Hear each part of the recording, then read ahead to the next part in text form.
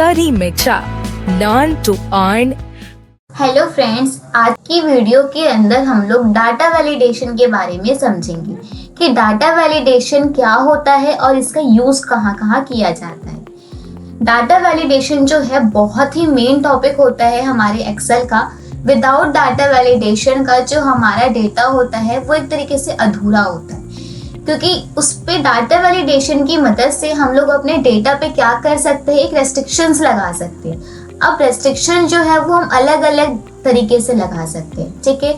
जैसे मान लीजिए यहाँ पे हमें एक टेबल दे रखी है, एम्प्लॉय है, मान लीजिए एम्प्लॉय के नाम है, यहाँ पे उनकी पोस्ट है, उनकी एरिया है, किस कंपनी में वो वर्क करते हैं। इस तरीके से यहाँ पे पूरा एक डेटा बना के हमें दे रखा है। अब मान लीजिए मैंने यहाँ से आपसे बोला कि मुझे यहाँ पे ये जानना है, जितने भी हमारे यहाँ पे एम्प्लॉय हैं उनकी जो एज है वो यहाँ पे 18 से लेकर पूरी 25 वर्ष की होनी चाहिए, मतलब ईयर्स की होनी चाहिए, ठीक है। तो उसके लिए हम लोग क्या करेंगे, यहाँ पे रेस्ट्रिक्शंस लगा देंगे कि हाँ उनकी जो एज है वो इससे ज्यादा नहीं होनी चाहिए और इससे कम की नहीं होनी चाहिए, ठीक है। तो हमने पहले रेस्ट्रिक्शन तो पहले ये लगा ली। अब हम यहाँ पे ये बता देंगे कि हाँ उनकी जो सैलरी है वो 20,000 से और 10,000 से कम की भी नहीं होनी चाहिए, 20,000 से ज्यादा की भी नहीं होनी चाहिए। तो वो भी एक तरीके का क्या है, रेस्ट्रिक्शंस है, ठीक है। तो चलिए हम लोग एक बार इसको बहुत डिटेल में समझते हैं कि डाटा वैलिडेशन किस किस तरीके से और कहाँ कहाँ यूज किया जाता है। अब देख सकते हैं यहाँ पे आप लोग कि कुछ डेटा यहाँ पे लिखा हुआ है, जैसे कि यहाँ पे text length, less than, equal, between, not equal to, greater than और यहाँ पे लिस्ट लिखा हुआ। तो इन सभी के बारे में जानते हैं हम लोग। तो सबसे पहले चलिए जाते हैं हम लोग अपने डाटा वैलिडेशन पे। आपको जाना है डाटा टैब पे, आपको वहीं पे मिल जाएगा डाटा वैलिडेशन का ऑप्शन। यहाँ पे आपको क्या करना है, टिक करना है। जैसे ही आप यहाँ पे जाएंगे तो आपको मिल जाएगा यहाँ पे डाटा वैलिडेशन। अब आपको डाटा वैलिडेशन पे जाना है। अब देखिए यहाँ पे अलाउ के अंदर आप यहाँ पे जैसे टिक करेंगे तो आपको बहुत सारे ऑप्शंस मिल रहे हैं, जैसे any value, whole number, decimal, list, date, time, text length, ये सब चीजें। तो यहाँ पे सबसे पहले हमें मिला गया है होल नंबर, ठीक है। अब होल नंबर पे हम लोग क्या किस तरीके से रेस्ट्रिक्शंस लगा सकते हैं। अब जैसे मान लीजिए मैंने आपको बोला कि आपको कॉपी चेक करानी है, ठीक है। अब जो कॉपी चेक करानी है वो मैंने आपको एक टाइमिंग दे दी है कि मुझे जो आप कॉपी चेक कराओगे वो 2 तारीख से लेके 5 तारीख के बीच में कराओगी, ठीक है। ये भी बोल सकती हूँ मैं, या फिर मैंने बोल दिया कि आप 2 या 3 दिन के बीच में मुझे अपनी कॉपी चेक करवा लेना मुझसे, ठीक है। तो वो भी मेरी एक तरीके से क्या हो गई, रेस्ट्रिक्शंस हो गई कि मैंने आपको एक टाइम दे दिया कि हाँ 1 या 2 दिन के अंदर आप अपनी मुझसे कॉपी चेक करवा लेना। तो यहाँ से हम लोग कोई भी नंबर्स के अकॉर्डिंग अपने डाटा वैलिडेशन पे कोई भी रेस्ट्रिक्शंस लगाना चाहते हैं तो वो लगा सकते हैं। फिर उसके बाद आता है यहाँ पे डेसिमल। अगर हमें कोई डेसिमल के हिसाब से लगाना है तो वो भी हम यहाँ से लगा सकते हैं। अगर हमारे पास कोई लिस्ट दे रखी है, ठीक है, अब हमसे बोल दिया गया कि ये जो नाम है, यही जो एम्प्लॉय हैं, यही रहने चाहिए हमारे डेटा के अंदर। अगर मैं इन डेटा के अलावा, इन नामों के अलावा कोई दूसरा नाम लिखती हूँ तो वो मेरे डेटा से क्या हो जाए, बाहर हो जाना चाहिए, ठीक है, मतलब वो इनवैलिड बताए। तो एक तरीके से ये भी मेरी क्या है, एक रेस्ट्रिक्शंस है अपने डेटा पे, ठीक है। तो यहाँ से मैं डेटा को यहाँ से सिलेक्ट कर सकती हूँ। अगर मुझे कोई डेट पे रेस्ट्रिक्शंस लगानी है, फॉर एग्जाम्पल मैंने आपसे बोला कि आपका जो एग्जाम है उसकी जो डेट है वो 5 तारीख की है, तो मैंने आपको एक टाइम बता दिया कि हाँ वो 5 तारीख है। क्या आप वो 6 तारीख को आप पेपर देने आओगे तो क्या आप दे सकते हो पेपर? नहीं, आपको मैंने बोल दिया 5 तारीख, तो 5 तारीख को ही एग्जाम होगा। तो वो भी एक तरीके की है, रेस्ट्रिक्शंस है कि आपको जो डेट दी गई है आपका एग्जाम उसी दिन भी पड़ेगा, ठीक है। इसी तरीके से टाइम भी हमें मेंशन किया जाता है। अब हम लोग एग्जाम देने जाते हैं, तो एग्जाम देने जब हम लोग जाते हैं तो वहां पे हमें टाइमिंग भी तो दे रखी होती है एग्जाम की, कि जो आपके एग्जाम की टाइमिंग है वो 2 बजे से इतने बजे तक की है या सुबह 9 बजे से इतने बजे तक की है। क्या आप उसके अलावा किसी दूसरे टाइम पे जाओगे तो आप एग्जाम दे दोगे? जी नहीं, वो भी एक तरीके की क्या है, रेस्ट्रिक्शंस है, ठीक है। दूसरे एग्जाम्पल ले लेते हैं, जैसे स्कूल में एंट्री होती है, ठीक है, सुबह हो गई या मॉर्निंग में हो गई चाहे इवनिंग में हो गई, तो एक टाइमिंग दी जाती है कि सुबह 7:30 बजे तक की आपकी लास्ट टाइमिंग है, उसके बाद आपकी एंट्री नहीं होगी। 5-10 मिनट लेट हो सकता है लेकिन उससे ज्यादा नहीं। तो वो भी एक तरीके की क्या लगाई गई, रेस्ट्रिक्शंस लगाई गई। ठीक है, तो सारी जो रेस्ट्रिक्शंस हम लोग लगाते हैं अपने डेटा के ऊपर, तो वो हम किसके जरिए लगाते हैं, डाटा वैलिडेशन के जरिए लगाते हैं। ठीक है, अब यहाँ पे हमें वैलिडेशन पे अलग अलग टाइप के क्राइटेरिया के बेस पे हम लोग रेस्ट्रिक्शंस लगा सकते हैं। तो ये हमारे कुछ क्राइटेरिया थे। चलिए हम एक एक करके इन सभी के बारे में जानेंगे। ठीक है, ये आपको समझ में आ गया। फिर यहाँ पे आता है डाटा। डाटा के हम अंदर जाएं तो यहाँ पे बात करी गई है बिटवीन। बिटवीन का मतलब ये है, एग्जाम्पल हम मान लो हम यहाँ से ले लेते हैं, जैसे कि मैंने यहाँ पे इतनी रेंज सेलेक्ट करी। अब मैंने यहाँ से लेकर यहाँ तक रेंज सेलेक्ट करी और मैं यहाँ पे गई डाटा वैलिडेशन पे और मैंने यहाँ पे रेस्ट्रिक्शंस लगाई किस पे, टाइम पे। ठीक है, तो मैंने यहाँ से टाइम को सिलेक्ट किया। अब मैंने यहाँ पे टाइम दिया कि आपका जो एग्जाम है वो 2 बजे से लेके 5 बजे तक के बीच में है। तो मैं यहाँ से इन सभी में से, इस डाटा में से कौन सी ऐसी ऑप्शन को सिलेक्ट करूँ जो मेरा आंसर करेक्ट बताए। तो आप खुद ही सोचिए कि मेरा 2 बजे से लेके 5 बजे के बीच में एग्जाम है, तो वो बिटवीन के अंदर आएगा या फिर नॉट बिटवीन में आएगा। इक्वल टू का मतलब क्या होता है, जो हमें टाइमिंग दे दी, मैंने बोला आपका जो एग्जाम है 5 बजे है, तो वो हमारा इक्वल टू हो गया। ठीक है, नॉट इक्वल टू का मतलब क्या हो गया, जो हमने डेट दे रखी है उसके अलावा आप कभी भी आ सकते हो एग्जाम देने, वो हो गया हमारा नॉट इक्वल टू। ठीक है, ऐसे ही आता है ग्रेटर देन। ग्रेटर देन का मतलब है कि जैसे मैंने आपको बोला कि 5 बजे के बाद, तो 5 बजे के बाद 6, 7, 8, ये तो हमारी एक तरीके से बड़ी हो गई टाइमिंग, तो वो हमारा हो गया ग्रेटर देन। लेस देन का मतलब क्या है, 5 बजे से पहले, तो वो हमारा हो गया लेस देन। और अगर मैंने बोला 5 और 5 के बाद आप कभी भी आ सकते हो, तो वो किस में आ जाएगा, greater than plus equal to. ठीक है, सेम उसी तरीके से यहाँ पे मैंने बोला लेस देन और इक्वल टू कब यूज होगा।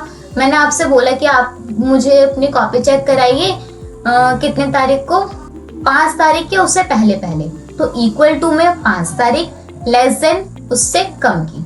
ठीक है, तो ये जो एग्जाम्पल के थ्रू मैंने आपको समझाया है ये सारी चीजें, आई होप आपको ये समझ में आ गई होंगी। तो चलिए अब एक एक करके हम लोग यहाँ पे फॉर्मूला से अपने रेस्ट्रिक्शंस को लगाने की कोशिश करते हैं। ठीक है, देखिए यहाँ पे जैसे कि मैंने यहाँ पे नेम पे रेस्ट्रिक्शंस लगा रखी है।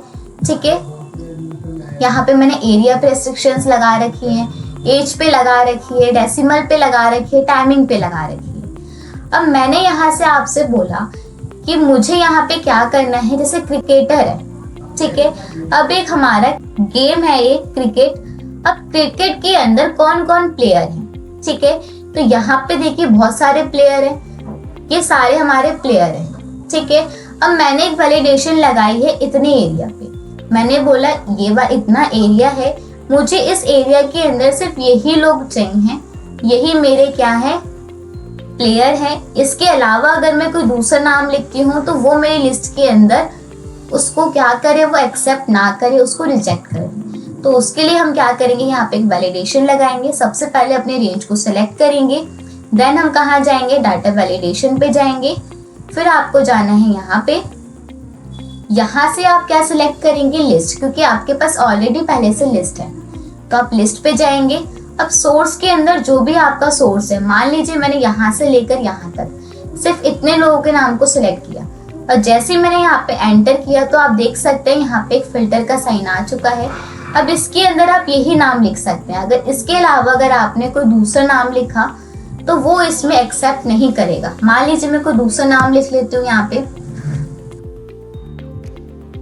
जैसे मैंने यहाँ पे कोई तीसरा नाम लिखा, तो यहाँ पे क्या कर रहा है, हमारी जो डेटा है उसको यहाँ पे वो एक्सेप्ट नहीं कर रहा। ठीक है, इस तरीके से हम लोग अपने डेटा पे वैलिडेशन लगा सकते हैं। ये तो हो गया हमारा नॉर्मल वैलिडेशन। ठीक है, अब अगर हम चाहते हैं कि यहाँ पे अब हमें क्या करना है, एज के हिसाब से लगाना है। मैंने आपसे बोला कि मुझे यहाँ पे 18 साल से बड़े और 25 साल से कम की एज के ही यहाँ पे एम्प्लॉय चाहिए। अगर इससे ज़्यादा है तो वो मुझे यहाँ नहीं चाहिए। तो उस पर मुझे एक तरीके से क्या लगानी, रेस्ट्रिक्शंस लगानी है।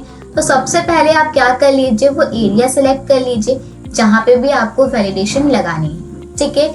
उसके बाद आप जाएंगे यहाँ पे, यहाँ से आप सिलेक्ट करेंगे इस बार एज। अब एज के लिए आप क्या सिलेक्ट करेंगे, यहाँ पे तो ना तो आपने कोई लिस्ट बनाई है, कोई नंबर बनाया है, कुछ नहीं बनाया, तब आप यहाँ जाके लिस्ट भी सिलेक्ट कर सकते हैं। आप क्या करेंगे, लिस्ट को यहाँ पे सिलेक्ट करेंगे, फिर आप यहाँ पे वो नंबर डाल देंगे। मान लीजिए मैंने आपसे बोला कि 18, 19 और 20, सिर्फ यही 3 एज होनी चाहिए जो एम्प्लॉय, यही 3 वाले होने चाहिए एज के, इससे ज्यादा हो तो वो मेरे को एक्सेप्ट नहीं करे, ठीक है। तो यहाँ पे ये डाल सकते हैं। या फिर मैंने आपको बोला कि 18 साल से ज्यादा होने चाहिए और 25 साल से कम के होने चाहिए, तो मैं क्या करूंगी, होल नंबर को सिलेक्ट करूंगी और वो मेरा क्या आ जाएगा, बिटवीन में आ जाएगा। और यहाँ पे मैंने क्या किया, 18 लिख लिया और यहाँ पे मैंने लिख लिया 25। और जैसे ही मैंने यहाँ पे एक्सेप्ट किया तो आप देख सकते हैं कि मेरा इतने एरिया में वैलिडेशन लग गया। यहाँ पे अगर मैंने लिखा 18 तो देखिए वो एक्सेप्ट हो गया। यहाँ पे अगर मैंने लिखा 25 तो वो भी मेरी एज क्या हो गई, एक्सेप्ट हो गई। ये मेरी क्या है, एज है, ठीक है, ये एम्प्लॉय की एज है। अब मैंने यहाँ पे लिखा 28, जैसे मैं यहाँ पे तो ये क्या कर रहा है, ये एक्सेप्ट नहीं कर रहा, ये इनवैलिड बता रहा है। क्यों, क्योंकि मेरे डेटा के अंदर ये ऑप्शन नहीं था, क्योंकि मैंने जो अपनी वैलिडेशन थी वो क्या डाली थी, 25 साल, 25 ईयर से कम के स्टूडेंट, ठीक है, ये समझ में आ गया। अब आप चाहते हैं कि ये जो आपने वैलिडेशन लगाई है, ये जो आपने वैलिडेशन लगाई है, ये इस पे आपका कमेंट आना चाहिए। कमेंट का मतलब है कि यहाँ पे मुझे लिखा हुआ आना चाहिए कि हाँ, कि मैंने यहाँ पे जो भी मैंने कोई भी वैलिडेशन लगाई है, जिस अकॉर्डिंग लगाई है, जिस क्राइटेरिया के बेस पे लगाई है, वो मुझे यहाँ पे मिल जाए। क्योंकि मुझे बार बार कैसे पता चलेगा कि हाँ मुझे यहाँ पे क्या वैलिडेशन मैंने लगाई है, तो यहाँ पे मुझे कमेंट लिखना पड़ेगा। कमेंट कैसे लिखा जाएगा, चलिए वो जानते हैं। सबसे पहले तो अपनी रेंज को सिलेक्ट कर लीजिए, आपको जाना है डाटा वैलिडेशन पे, यहीं पे आपको मिलेगा एरर, तो एरर अलर्ट पे जाएंगे। यहाँ पे आ गया टाइटल, टाइटल क्या है आपका, एज, एज पे आप लोग लगा रहे हैं। अब वैलिडेशन आपने क्या लगाई है, यहाँ पे क्या मैसेज आप लिखना चाहते हैं, मैंने यहाँ पे लिखा please write only 18 to 25 years old employ में शॉर्ट फॉर्म लिख लेती हूँ, एजेस, ठीक है। अब जैसे मैंने यहाँ पे एक्सेप्ट कर लिया और यहाँ से ओके कर दिया, अब जैसे मैं यहाँ पे 26 लिखती हूँ, जैसे मैंने यहाँ पे 26 लिखा और एक्सेप्ट, यहाँ पे अब मुझे पता चल जाएगा कि हाँ मुझे क्या कहाँ तक टाइप करना है, कौन कौन से एज के स्टूडेंट, 18 से लेकर 25 तक, ठीक है। तो ये वीडियो आपको समझ में आई, ये ऑप्शंस आपको समझ में आया, ठीक है। अब चलिए एक और बात कर लेते हैं नंबर की। नंबर क्या है, जैसे कि कभी कभी होता है कि हम लोग बहुत बिजी होते हैं, ठीक है। नेक्स्ट हमारा आता है यहाँ पे कॉन्टैक्ट नंबर। अब हम कॉन्टैक्ट नंबर के बेस पे किस तरीके से रेस्ट्रिक्शंस यहाँ पे लगा सकते हैं। अब जैसे कि मान लीजिए कि हम लोगों को बहुत दिक्कत आती है कि हम लोग क्या करते हैं कि 9 डिजिट का नंबर लिख लेते हैं जल्दीबाजी में, कभी कभी नंबर्स के अंदर हम लोग अल्फाबेट भी ऐड कर देते हैं, ठीक है, या फिर 11 डिजिट का नंबर लिख लेते हैं, तो वो हमारे लिए बहुत दिक्कत हो जाती है, ठीक है। तो हम यहाँ पे एक रेस्ट्रिक्शंस लगाना चाहते हैं कि जो हमारे नंबर है, कॉन्टैक्ट नंबर है, वो 10 से कम भी नहीं होने चाहिए और ना 10 से ज़्यादा होनी चाहिए। अगर हम 10 से कम लिखेंगे तब भी वो हमें एरर बता देगा, और अगर 10 से ज़्यादा लिखेंगे तब भी वो हमें एरर बता देगा। तो उस कंडीशन में हम किस तरीके से लगाएंगे, तब आपको क्या करना है, यहाँ से सबसे पहले डेटा को सिलेक्ट करिए, फिर आपको यहाँ पे जाना है डाटा वैलिडेशन पे। जैसे ही आप यहाँ पे जाएंगे तो आपको एक ऑप्शन मिलेगा यहाँ पे टेक्स्ट लेंथ, तो आपको यहाँ से सिलेक्ट करना है टेक्स्ट लेंथ। जैसे ही आप यहाँ पे टेक्स्ट लेंथ को सिलेक्ट करेंगे तो यहाँ पे आपसे पूछेगा मिनिमम नंबर। अब देखिए मिनिमम नंबर अगर मैं यहाँ पे 0 लेती हूँ या 1 लेती हूँ, कोई भी दूसरा नंबर लेती हूँ और मैक्सिमम नंबर अगर मैं 10 लेती हूँ तो अगर आप 10 से कम के नंबर भी आप डालोगे, जैसे नॉन डिजिट के नंबर आपने डाल दिए, तो वो भी उसको एक्सेप्ट कर लेगा। लेकिन हम क्या चाहते हैं कि 10 ही होने चाहिए, ना तो 10 से कम हो ना ही 10 से ज्यादा हो, क्योंकि कॉन्टैक्ट नंबर हमारे 10 ही होते हैं। तो हम यहाँ लिख लेंगे 10 और मैक्सिमम भी हम लिख लेंगे 10। और जैसे ही हम यहाँ पे ओके करेंगे तो आप देख सकते हैं कि यहाँ पे रेस्ट्रिक्शंस हमारी लग चुकी है। ठीक है, अब यहाँ पे आप कोई भी फोन नंबर लिखिए 10 डिजिट का और एंटर करिए, तब वो उसको एक्सेप्ट कर रहा है। ठीक है, लेकिन अगर वही हमने यहाँ पे एक नंबर कम कर दिया और यहाँ से एंटर, तब वो हमें यहाँ पे क्या बता देगा, एरर बता देगा। लेकिन ये जो भी एरर आ रहा है वो हमारे बेस पे नहीं आ रहा। अगर आप चाहते हैं कि आप अपने हिसाब से एरर लिखें यहाँ पे, तब आपको क्या करना है, आपको कमेंट बॉक्स में जाके अपने हिसाब से एरर बनाना है। ठीक है, तो सबसे पहले आप एरिया को सिलेक्ट कर लीजिए, कितने एरिया में आपने एरर लगाया था, वैलिडेशन लगाई थी। फिर आपको यहाँ पे जाना है, उसके बाद आप जाएंगे एरर अलर्ट पे। जैसे ही आप यहाँ पे जाएंगे तो सबसे पहले आप अपना टाइटल लिखिए। टाइटल आपका क्या था, कॉन्टैक्ट नंबर।